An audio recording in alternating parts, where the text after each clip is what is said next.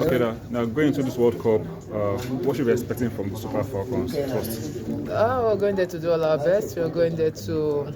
Our target is to go there to get to at least the last four, which is our target because the last one we got to the round of 16 and we're working towards passing that stage. And I think getting to the last four will be a very good one for us. In the last few games, the Falcons have not done so well, and that has given Nigerians some kind of fear, shall I put that way, that would represent us well in Australia. But now you're saying you're looking at the top four finish. What's the guarantee that we'll actually get to that stage? There is no guarantee. We're just going there to play our game. We're working towards it. We've been playing a series of friendly games. Yeah, despite the fact that the results we are having, it's not what we want and what Nigerians want. But I believe our losses will help us, get better, to know our mistakes and to know what we are, going to work on getting to the World Cup. The World Cup is the big target. That's what we are working for. So if we don't lose games, we don't want to lose games, but if it happens, then we'll see the reasons, the cause of the loss and everything, and work towards it. Okay, finally for me, you'll be good to the World Cup as the oldest player. Yeah. How does that feel for you? That you're setting a record. It's an honor. It feels so great. It's an awesome feeling that I can't even describe. I just hope I go there and prove that it's worth being here. Your last tournament, or you still play? Watch and see. Just keep watching. Keep watching. The World Trophy tour, and I saw how you were smiling when the young girls were narrating their stories. What does it resonate to you? What do you, I just flash back, like all the stories you're saying happened to me. So when you're saying it's just like Onome back then and Onome now, and I think it's one of the things they would definitely face. Any footballer will face. It's just a thing that you just fight to pass that stage, because if you don't pass that stage, you can't get nowhere. If the difficulties stop you from pushing forward, then you're going nowhere. But if you can pass that stage of that hardship, that difficulties, that temptation, everything, I'm sure they will definitely get to their goal. Thank you very much. Thank you very much. Good one from Nomebe there, the fantastic Super Falcons captain, the ageless Nomebe. Hello and welcome to Sports Update. I'm Emmanuel Fashimi. As you've heard it from Nomebe, they continue their preparation for the FIFA Women's World Cup that will be coming later this year in New Zealand and Australia, where they are far away in Turkey right now, doing battle with World Cup bound teams, and they were able to dispatch Haiti 2-1. Haiti side that beat Cameroon and also beat Chile to qualify for the World Cup, and they will be taking on New Zealand come on Tuesday. And sincerely speaking, they are preparing very well for the FIFA Women's World Cup that will be coming up in July this year. And you heard it from Onomebi, but the coach Randy Wardrum, the coach of Super Falcons, has said Super Falcons can replicate what Morocco did in Qatar World Cup 2022, where the men's team, the Moroccan men's football team, got to the third place playoff, where they lost to Croatia and they came fourth in the world, and they are doing fantastic well. And for Coach Randy Wardrum, I believe he's in line with Onome B, that Super Falcons will do well in the World Cup, where so far so good. They've lost 6 matches, but they came back. They bounced back when they defeated Costa Rica in the Invitational tournament in Comebol, and right now they are in Turkey also, taking part in the Turkish Invitational tournament, where they have won their first game, and now they are preparing to take on New Zealand in their next game. Sincerely speaking, for the Super Falcons, if they can actually show what Morocco did in the World Cup, it's going to be a good one for Nigeria and Africa at large.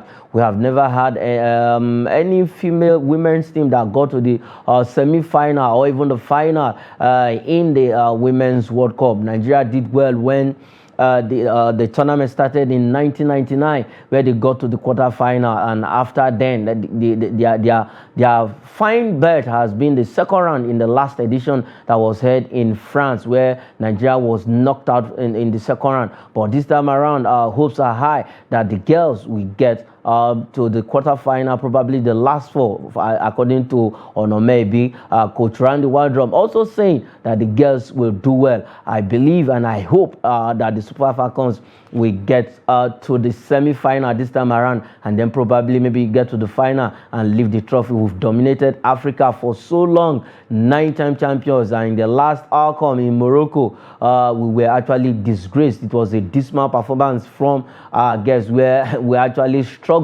Even the third place match, the bronze match against the Zambian ladies, we lost that. But though all the 4 semi-finalists already got that qualification, we can say, okay, Randy Wardrum has given us the qualification to the World Cup.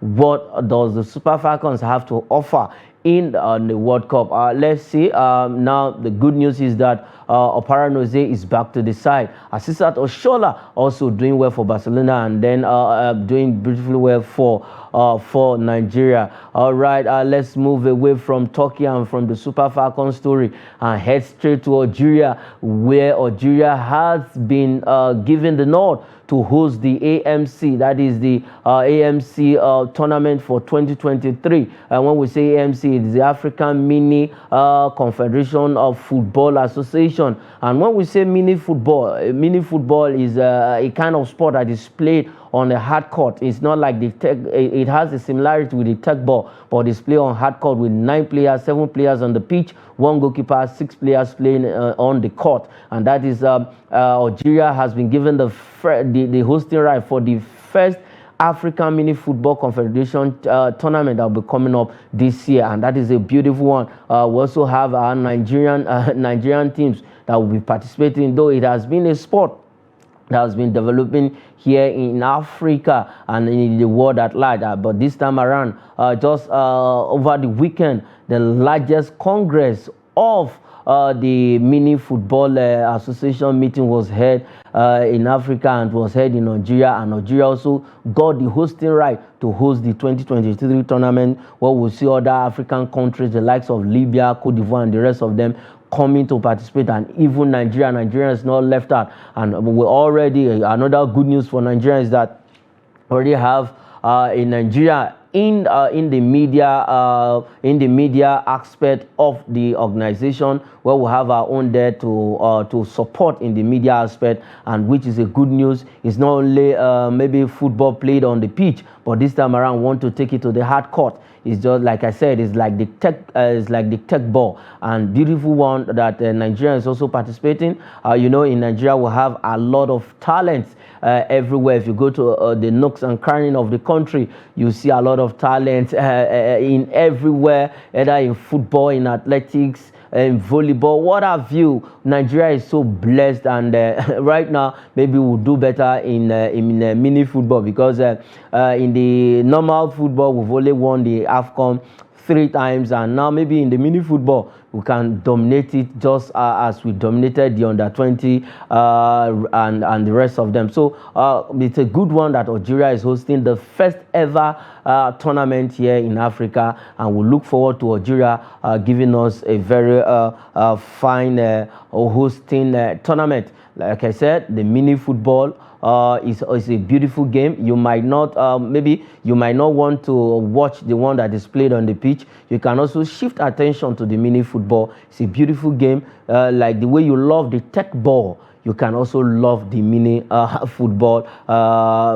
football sport. Yes, like I said, you can love it, and it's a beautiful one. Though it's not played on the grass, is played on a hard court. When I say hard court, the boot is different from what you see on the normal grass. So I think I personally love the sport, the sport, and good one for Algeria, at least getting that hosting right. We just wish them to host Africa very, very, very well. And moving away from that particular story, let's head straight to where Anthony Joshua has said he will be coming back to the ring until December, after he was able to beat Jeremy Franklin of US in the last time out. And this man has said, okay, I want to give my time rest. I want to also not even rest. He wants to go back to do more training and probably see if he can get a shot at Tyson Fury, the Gypsy King, or any other person, that Deontay Wilder or whoever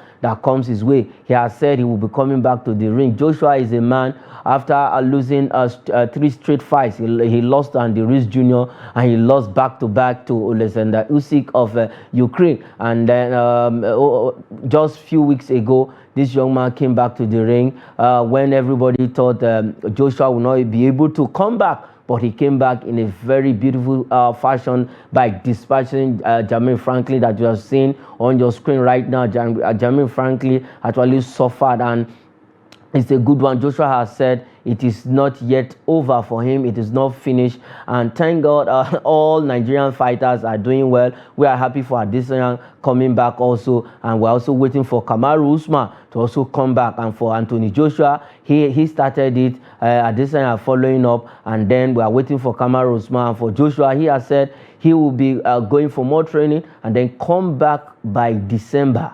Who is he coming to fight by December? Is it Tyson Fury? Is it Deontay Wilder? Whoever that comes his way, I believe Joshua will be ready to take on anybody that comes his way. Congratulations to Joshua. He's a Nigerian, though he's fighting for the Brits, but he still has the Nigerian blood in him, and we are supporting him. Immediately after that fight against Jeremy Franklin of US, everybody from Nigeria was congratulating. Even the sport minister sent a congratulatory message to him, and everyone, I myself seated here, also congratulated Anthony Joshua, because I actually felt for him when he lost that back-to-back fight to Alexander Usyk of Ukraine, and then when he first lost to Andy Ruiz Jr. before he actually came back and defeated Andy Ruiz Jr.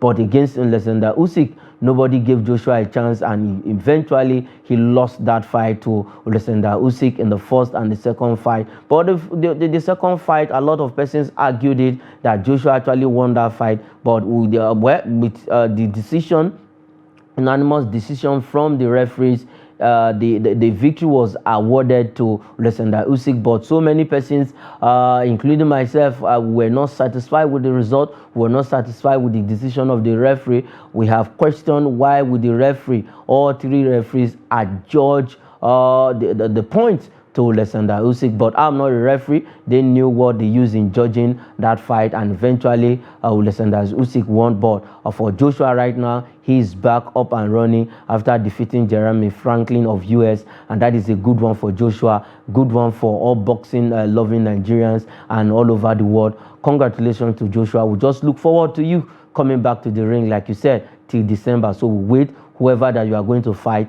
we will try to wait behind you. Let's move away from the story of Joshua and head straight to the NBA, the biggest franchise in America, as it's called. It's one of the biggest sports in the world, and in America is even bigger than football, where the playing tournament fixture will be starting by 15th of April, and we've seen draws have been made. Teams have been confirmed that will take part. When we say the playing is a classification, is a qualifying series where the 7th and 8th team will have to play themselves, and then also we have the playoffs. The playoffs is the 9th and 10th position on the table. They'll have to play themselves to actually qualify to join those who have already gotten the playoff ticket, who are going to play the final series. And that is why you see the playing and the playoffs, and the teams have been confirmed. Like you see on your screen right now, you have the 9th place, the 10th place. Those 2 teams have to meet each other, and then the winner of 9 and then the loser of 7 and 8 will face each other. At least one team will join other teams that have already qualified. So also in the playoffs, the team that stayed 7 and 8 will have to play themselves and then join the other teams that have already qualified. Now let's have the teams that have already qualified, that their status have been confirmed. In the Eastern Conference, we have the Milwaukee Bucks,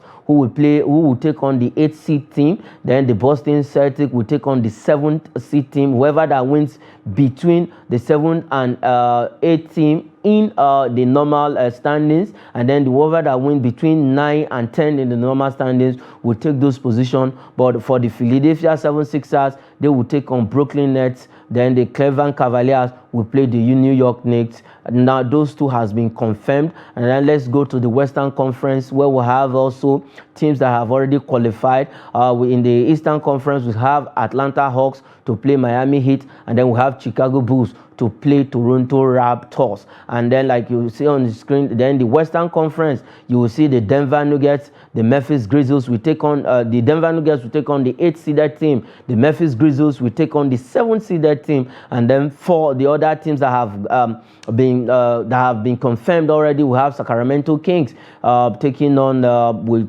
tackle Golden State Warriors. And for Golden State Warriors, they actually qualify in a very beautiful fashion, back to back. This is the second season running that they've qualified for the playoff. And then we have the Phoenix Suns taking on Los Angeles Lakers, who were the Los Angeles Clippers, I beg your pardon, who were champions in 2010. And then we have for the Western Conference playing now, we have 4 teams already qualified, confirmed. We have Minnesota Timberwolves will battle Los Angeles Lakers, and then we have Oklahoma City Thunders. We play the New Orleans Pelicans. A lot is happening in the NBA. The biggest franchise, like I said, in America, and it's one of the biggest sports in the world. Those of you that loves NBA, just wait and look at. Just watch any of these qualifying series, and you know that yes, the big one is happening. Everything will kickstart on the 15th. That is on the 15th of April, where we'll have the starting of the qualification series, and then en route to the finals in the NBA. All right, let's leave America right now and head straight to League One, where action went down over the weekend in the French league, as it's called. Lionel Messi, some persons call him GOAT, and that argument has been raging on and on and on between him and Ronaldo. But Lionel Messi was able to give PSG, he scored and gave an assist to Sergio Ramos, the two let me say the two fantastic players in that team. They are the one, at least they are one of the big boys in that team. They were able to get the 2 goals for PSG over the weekend, where they defeated Nice 2-0. It ended Lionel Messi scoring a very fantastic goal and then providing assist for Sergio Ramos, who added the second after losing about, I think, 2 games thereabout in their last fixture. But right now, I think they are back to winning ways, and they have opened up 6-point gaps to the next person following them. Let's look at the table right now. Let's look at the standing, where PSG is occupying the first position. Like I said, 6-point gap. They are giving Lens. Lens is on 63 points. They have 28 goal difference after playing 30. Both of them have played 30 games. We have Marseille occupying the 3rd position, playing 29 games with a game in hand with 25 goal difference and then 60 points. We have Monaco occupying the 4th position with 29 games played, 21 goal difference and 57 points. We have Lille, Lille where Osimhen left, 30 games played, 16 goal difference and then 52 points. We have Rennes following with 29 games played, 17 goal difference and 50 points. We have Rennes, where Folari Balogun is actually firing. We have they have played 29 games, 11 goal difference and 46 points. We have Nice, 30 games played, 10 goal difference, 45 points. We have Lyon with 29 matches played, 12 goal difference, 44 points. And then Lorient occupying the 10th position with 29 games played. And then we have 11th position there that is being occupied by Montpellier, 29 games played, minus 3 goal difference and 37 points. Clermont, they have the same point with Clermont, who is on minus 12 goal difference. We have Toulouse on the 13th position with 29 games played, minus 7, 35 points. Nantes, our own Moses Simon's team, have played 29 games with minus 10 goal difference and then 30 points. points. We have Bresch with 29 games played, minus 14 goal difference, and then 27 points. We have Strasbourg, 30 games played, minus 14 goal difference on 26 points. They and Bresch have conceded the same number of goals. Auxerre occupying the 17th position with 29 games played, minus 27 with 26 points. We have Troyes 29, where Bade, the man that scored the Super 5 goals, he right here in Abuja is playing for. 29 games played, 24 minus 24 goal difference, and then 21 points. Ajaccio is also has played 29 games, minus 31 goal difference and 21 points. And then Angers occupying the 30th. Occupying the 20th position, I beg your pardon, with 30 games played, and then minus 41 goal difference, and then on 14 points. I think for Angers is actually over for that team. There's no way for them to come back, and really well, I think PSG has opened a 6-point gap. Can they actually scoop the Serie A title? Can they actually scoop the Ligue 1 title? They've been champions for the last 5 seasons. They've actually won the Ligue 1 title back to back on 3 occasions, and will this season be another one for them? 6 points can be gotten, 6 points can be thrown away in just 2 games. 6 points can be recovered, and before you know it, you'll be crying foul. But I don't think so for PSG, because they are strong. They have the charisma, they have the players, they have the coach who can actually prepare them to lift the Ligue 1 trophy again this season. Congratulations to Lionel Messi and Sergio Ramos for getting those goals for PSG. Let's move over to Bundesliga right about now, where actions also went down in the Bundesliga. Yes, Bayern Munich coming back to revenge that cup loss to Freiburg, where they actually won 1-0 over the weekend, and they are back to the top of the table. They've played 27 games, 48 goal difference with 58 points, just 2 points of Borussia Dortmund, who has also played 27 games with 23 goal difference and 56 points, 2 points different. We have Union Berlin on 3rd position.